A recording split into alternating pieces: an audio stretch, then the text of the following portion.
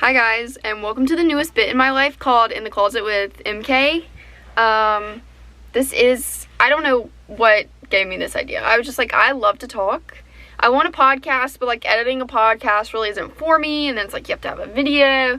And then I was like sitting in my closet one day and I was like, I just love to be in my closet. Even though it's a catastrophe, as you can tell. Like, literally, like, there's all these clothes on the floor. My shoes are piling out and, like, rolling in front of the camera.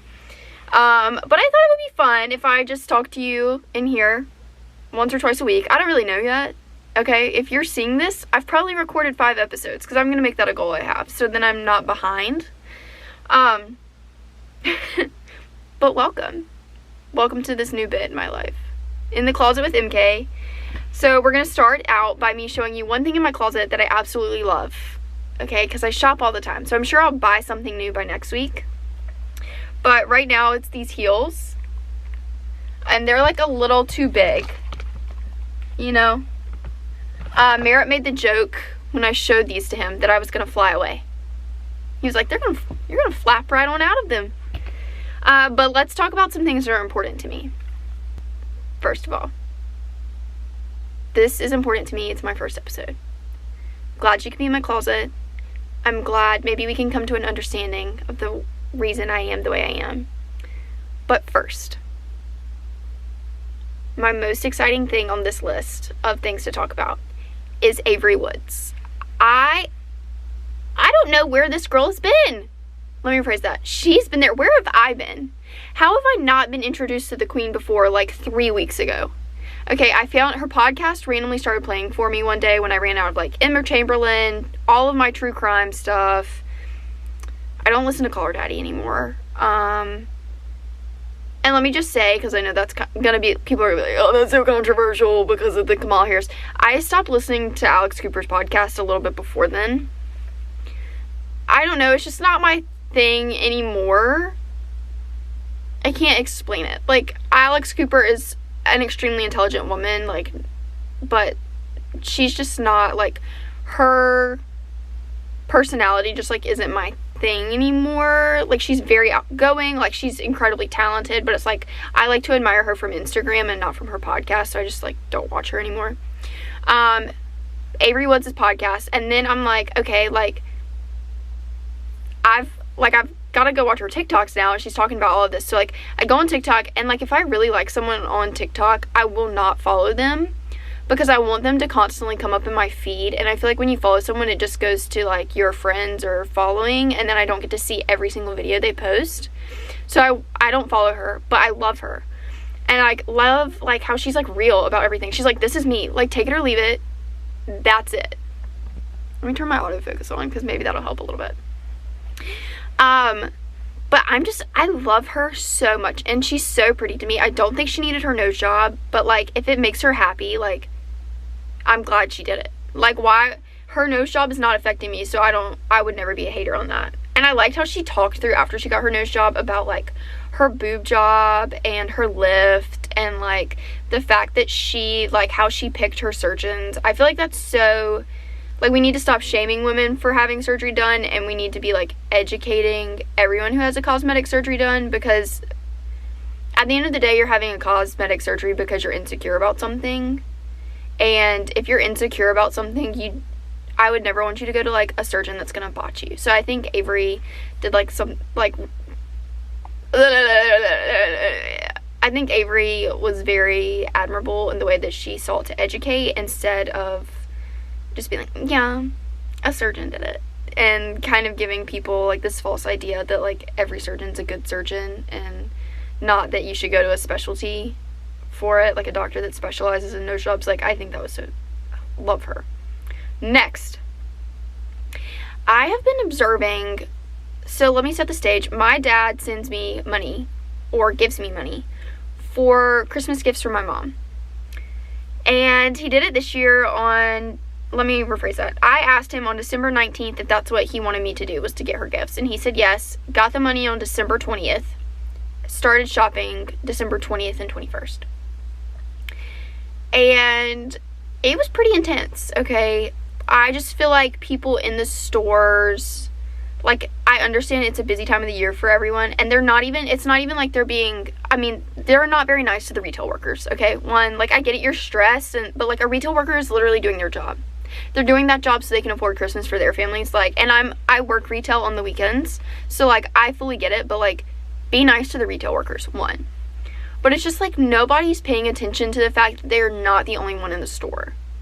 Like, we push shopping in store all year long, but it seems like we've still lost that social cue of like, oh, like, my cart's in the middle of the aisle, let me move it so people can get by. Or, oh, this person's obviously trying to get by me, like, let me move out of the way for them and they'll scoot this way. And it's like, everyone's a puzzle piece, and like, how can we all just like try to mix our edges together the best while we're shopping during the holidays? Like, I get you're stressed, I get you waited till last minute, I get the store may not have exactly what you need, I get you don't even know what you need, but like, you are not the only person in the store experiencing that, and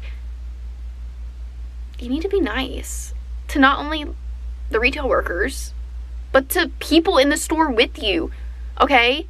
Somebody in there is probably an 18-wheeler driver, and chances are without them, if you're mean to them, like, they can just stop driving and you wouldn't even have food on your table. I think about that all the time, because my pet peeve is like when people are not nice to 18-wheelers on the highway.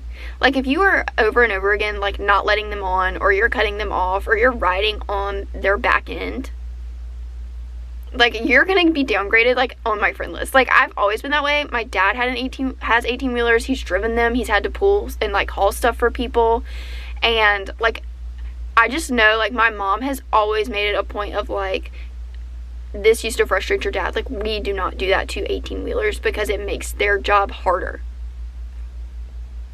Okay? What a spill. Okay, next. So, Bailey's, they have like the ladies who lunch or whatever, and they just did the Christmas tree trend where they like wrap their hair up like Christmas trees, like the vintage like pin-up-y type posing.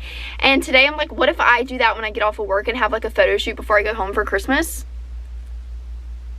I'm like, should I do that? Like, I really want to, but I'm like, should I do that? I'm debating. I really want to. Like, I think I could do it good, but I've got to go and buy like all the craft supplies, and it's like all the Christmas stuff's probably sold out. And then I saw this one with poinsettias that I thought was cute, and hold on, it's in here on my floor. Here it is. I was like, then I could pull out my black bob wig and put that on, but I think it would be cuter if I had like a little pink one next year and I did red poinsettias like all up in my head. When y'all see that next year, don't be surprised. Okay, next. This is about me cleaning out my closet. I need to clean out my closet. I kind of have, but I haven't listed anything to sell. So it's just laying in my apartment all over the place. Or it's like I need stuff tailored that I haven't gotten tailored. So then I'm not wearing it. But it's like I need a lot of tailoring and a lot of stuff. Like, I need to sell it. Like, I just need to come to terms. Like, my shelf, y'all, listen to this. I've never told y'all this. My close friends know about it because it traumatized me. I've got to get my camera back right. So maybe the second week I started my big girl job, I come home on a Friday from Greensboro, and I'm in my closet. No, I come around the corner to get something out of my closet, and my top shelf has completely ripped out of the wall because I had so much stuff on it. Now, I'm not saying these shelves are like industrial grade, like made of steel, gonna withstand a tornado or a fire, because I did have a dream that the apartment caught on fire, and I was like, what would I do with my TV and my clothes? Okay. But like, how is it ripping out? They came in, there are, instead of one like little screw bolt thing that like holds it, like the clasp that holds it to the wall, there's the original one. And then there are two on either side of the original one. Okay, so there are like 12 bolts holding my shelf into the wall because I have so much stuff. So I've got to clean out my closet better. And the main thing I need to clean out is my shoes, but that like breaks my heart. Like, ugh. I don't like to get rid of my shoes. My shoes are my babies. That was literally my favorite item this week. Okay, this is my favorite item of In the Closet with MK. Okay. I have to do my family's Christmas cards. I was going to complain about it, but like, it is what it is. Like, I've complained about it in so many places at this point, like, multiple times. They're just laying on my floor. Like, I need to lick them all and seal them, and I'm going to do that. I'm going to do that tonight. I'm going to do it tonight. I'm going to get it done. Okay. And then, to end us off, I'm going to tell you my favorite thing in fashion this week is a square toe block heel or block boot. I don't know what it is, but something about, like, a really square toe, like, high heel, and then having a chunky block heel on the back. I thought one of my friends was wearing these in a picture. That's what, like, inspired the idea. And then I'm starting to see it where it's like, you know how it has this split? I call it a camel toe shoe. What is the proper name for it? Let me look that up.